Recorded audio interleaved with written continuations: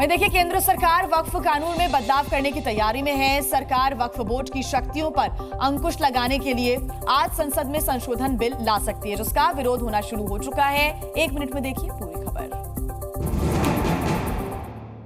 केंद्र सरकार ने वक्फ कानून में बड़े संशोधन की तैयारी कर ली है। सूत्रों के मुताबिक आज संसद में सरकार संशोधन के लिए बिल पेश कर सकती है। प्रस्तावित संशोधनों के तहत वक्फ बोर्ड के दावों का अनिवार्य रूप से वेरिफिकेशन किया जाएगा। साथ ही वक्फ की विवादित संपत्तियों का भी सत्यापन जरूरी होगा।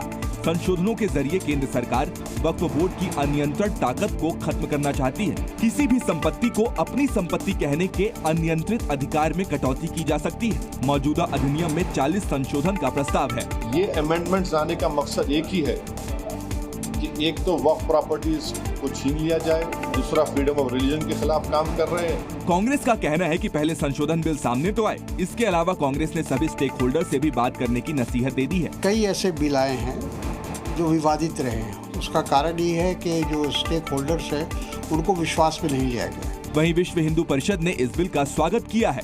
मैं स्वागत करता हूँ। मैं मानता हूँ कि वक्फ एक्ट एक मनमाना एक्ट है।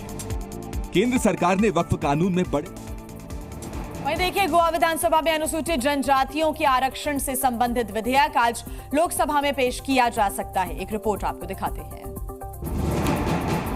गोवा विधानसभा में अनुसूचित जनजातियों को आरक्षण देने से संबंधित विधेयक आज कानून मंत्री अर्जुन मेघवाल लोकसभा में पेश कर सकते हैं। गोवा विधानसभा में फिलहाल अनुसूचित जनजाति से जुड़े लोगों के लिए कोई सीट आरक्षित नहीं है। अनुसूचित जनजातियों के समुदाय की मांगों के बीच अनुसूचित जनजातियों के प्रतिनिधित्व पर पुनर्समायोजन विधेयक 2024 को संसद सत्र की शेष अवधि के लिए सरकारी कामकाज में सूचीबद्ध किया गया है। कानून मंत्रालय का विधेयक जनगणना आयोग को गोवा में अनुसूचित जनजातियों की आबादी अधिसूचित करने का अधिकार देगा।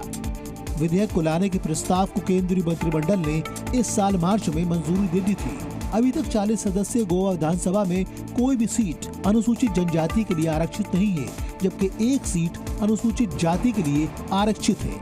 अनुसूचित जनजाति समुदाय की मांग है कि 40 सदस्यीय गोवा विधानसभा में 4 सीट उनके लिए आरक्षित की जाए। अनुमान है कि गोवा में अनुसूचित जनजाति की आबादी 1.5 लाख के आसपास है। तो वहीं देखिए, मोइन खान नाम के जिस शख्स ने अयोध्या की बेटी से रेप किया, उसके घर पर बाबा ने बुलडोजर चला दिया। अयोध्या समाजवादी पार्टी के सांसद के करीबी मोइन खान पर अब आगे क्या एक्शन होने वाला है, आपको दिखाते हैं पूरी खबर 1 मिनट में। अयोध्या में गैंग रेप के आरोपी मोइन की एक और संपत्ति प्रशासन के निशाने पर है। मोइन की बेकरी से कुछ दूरी पर मौजूद कॉम्प्लेक्स का लेखा जोखा तैयार कर लिया गया है। दुकान खाली करा ली गई है। अब केवल बैंक के खाली होने का इंतजार है। मोइन खान आदतन जमीनों को कब्जा करने का भी आरोपी बताया जा रहा है। दबंगई ऐसी कि शमशान की जमीन पर कब्जा करने का आरोप भी मोइन खान पर लगा है। तालाब पर भी अवैध कब्जा कर रखा है। पीड़ित के परिवार को अभी भी डर सता रहा है, लेकिन यूपी सरकार ने साफ किया कि दोषियों को कड़ी से कड़ी सजा मिलेगी, जिसे उनकी पुश्तें भी याद रखेंगी। चाहे बलिया हो, चाहे अयोध्या हो, घटनाओं ने मन झकझोर करके रख दिया है। वहीं कांग्रेस अयोध्या रेप कांड को सियासत की बजाय शुद्ध आपराधिक मामला मान रही है। कुछ विषय को सियासत से अलग कोशिश सरकार ने शुरू कर दी, सियासत करने लगी और फिर वो बढ़ते बढ़ते और जगह चली जा रही। जिस तरह से आरोपी मोइन खान का मामला बाहर आया है, उससे लगता नहीं कि उसका रसूख उसके किसी काम आ पाएगा। यहाँ सियासत की गुंजाइश शून्य हो चुकी है। सवाल ये कि क्या योगी की ही राह पर है हिमंता बिस्वा शर्मा? ये सवाल इसलिए क्योंकि असम में भी लव जिहाद के मामलों में उम्र कैद की सजा का कानून लाया जाएगा। असम की बीजेपी सरकार 2 अहम कानून लाने जा रही है। यूपी में सीएम योगी आदित्यनाथ की सरकार ने हाल ही में लव जिहाद को लेकर ऐलान किया था कि वो इस कानून के तहत अधिकतम सजा को उम्र कैद तक संशोधित करेगी। इस बीच बीजेपी एक और राज्य असम में भी इसी तरह का कानून लाने जा रही है। अब असम में भी लव जिहाद के कानून में अधिकतम सजा उम्र कैद तक की हो सकती है। इसको लेकर जल्द ही कानून में संशोधन किया जाएगा। असम के मुख्यमंत्री हिमंता बिस्वा शर्मा ने कहा है कि हमने चुनाव के दौरान लव जिहाद के बारे में बात की थी। हम जल्द ही एक कानून लाएंगे जिसमें ऐसे मामलों में उम्र कैद की सजा होगी। অহা কিছুদিনৰ ভিতৰতে এখন নতুন আইন আনিম য'ত নেকি লাভ জেহাদৰ কাৰাদণ্ড আজীৱন কাৰাদণ্ডলৈ আমি ৰূপান্তৰ কৰিম। समाजवादी पार्टी नेता एसटी हसन ने कहा है कि अपने गुनाह छिपाने के लिए ये सब करते रहते हैं। हेमंत विश्वकर्मा जी हमेशा अपने गुनाहों को छुपाने के लिए इस किस्म की बातें किया करती हैं। इसके अलावा असम में नई अधिवास नीति भी पेश की जाएगी, जिसके तहत केवल असम में जन्मे लोगों को ही सरकारी नौकरी मिलेगी।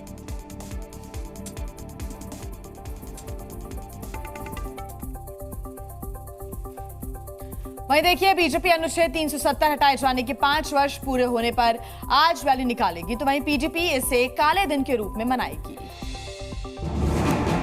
अनुच्छेद 370 हटने के 5 वर्ष पूरे होने पर जम्मू कश्मीर बीजेपी एकात्म महोत्सव रैली निकालेगी। कार्यक्रम के दौरान कानून व्यवस्था बनाए रखने के लिए इलाके में सुरक्षा बढ़ा दी गई है। वहीं पीडीपी ने आज का दिन काले दिन के तौर पर मनाने का ऐलान किया है। हमारा स्टेटस, हमारी डिग्निटी, हमारी पहचान डोगरा ऐतिहासिक रियासत को खत्म किया, उसके खिलाफ हम विरोध कर रहे हैं और ये काले कानून निकालते हैं। सारे पावर्स लेफ्टिनेंट गवर्नर को दे दिए। चुनाव का मैच दिखावा है। भारतीय जनता पार्टी दिल्ली से रिमोट कंट्रोल से बैकडोर से सरकार चलाना चाहती है चुनाव के बाद भी।